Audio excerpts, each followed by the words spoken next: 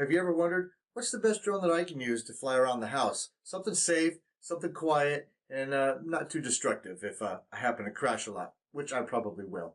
Well, look no further. This guy right here, the Eachine Qx65. I tell you, this guy is awesome. I got one in the mail, obviously, and I have an unboxing video that I want to show you, and that's coming up right now. Okay, so let's see what we got in here. This little box. Okay. Okay, we got first off the Ziploc baggie here, spare propellers with a complimentary little Phillips head screwdriver and some screws, which is always good. You always want to have your extra screws. I tell you, I'm always losing screws, but that's just me. I gotta screw loose. That's what they say. Okay. You know, I like the fact that it has, I can tell right off the bat, it's got the tiny whoop size battery connectors. These are the, I believe the 1.25, like Pico blade or something like that from what I've read before. And that's good because I have a whole bunch of these batteries for my tiny whoop. And so I'm not going to have a problem when it comes time to, you know, getting all my batteries together and charging them up. I've got a bunch already, and I can use my older batteries from my tiny whoop for this one right here. And the only downside is that the I believe the next grade up is the 2.0, and that will pull a better current from the battery. And I mean, you won't really see that much of a distance. I mean that much of a difference, because this is more of an indoor quad that you would get. It's not really designed for outdoor because, I mean, you've got the ducts right here, and they almost act like wind sails, right? So you've got wind pushing on these, and it's gonna blow it back. If it's got anything over maybe 10 miles an hour, you're gonna have kind of some difficulty flying around in that. So this is pretty much designed for the indoor flyer, and this is great for a beginner. And here's why. You have these plugs, okay? So the motors, they will eventually go out because they are the brushed motors, which means there's a strip of metal on the post, and when it receives a current, it spins the motor, and that actually, I mean, it does wear out. I mean, it's not like it's a brushless motor, which has a longer lifetime. So these will wear out eventually over time. And beginners, they don't have the soldering skills, and it's pretty frustrating when if you don't have soldering skills, your motor is out. What are you going to do? Well, you're going to either have somebody else do it, or you're going to have a rough time trying to figure out how to solder. I recommend learning how to solder, especially if you get into this and you're excited about it and you want to learn more. Getting into soldering is absolutely essential to surviving this hobby. But as a beginner, it's got these plugs, okay? You just get motor replacements and you just plug it in, boom, you're done. All set. And that is great. And I can see right now it has also a micro USB connector for hooking up to Beta Flight, Butterflight, Clean Flight, Race Flight, whatever flight you want to use. You know, it's up to you.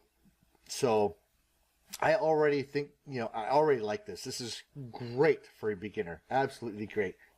Totally recommend it. And it comes with extra batteries. So now I have a whole bunch of tiny whoop batteries and 3 extra. Can never go wrong with extra batteries. Absolutely not.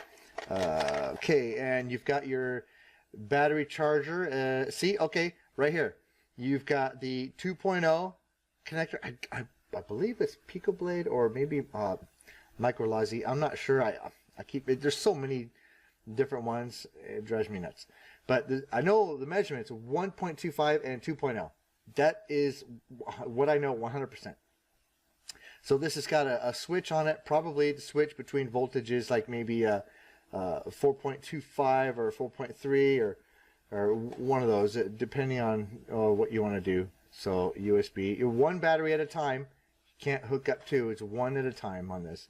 You have your prop remover here to pop up the props. Oh, yeah, I do want to say these props are the standard size props that you would get from Tiny Whoop, you know, the Inductrix model, and very popular. You will not have a hard time finding replacement propellers, which is great. It's also great. And your little instruction manual, and yeah, that's cool. Instruction manuals are cool, but you know, I'm like NDRC. I'm a guy. I don't do instructions, so goodbye. Yeah, you know, for a beginner, I highly recommend this. You can sit in your house.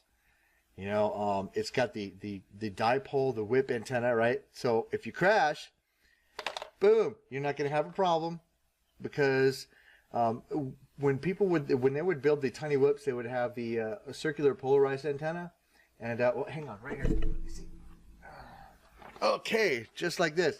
Here is your circular polarized antenna, and mine's been beat up. I've been bending it back to its natural form, but you know I think I've even replaced the camera a few times. But if you can see it, the difference is. Let me get rid of this box.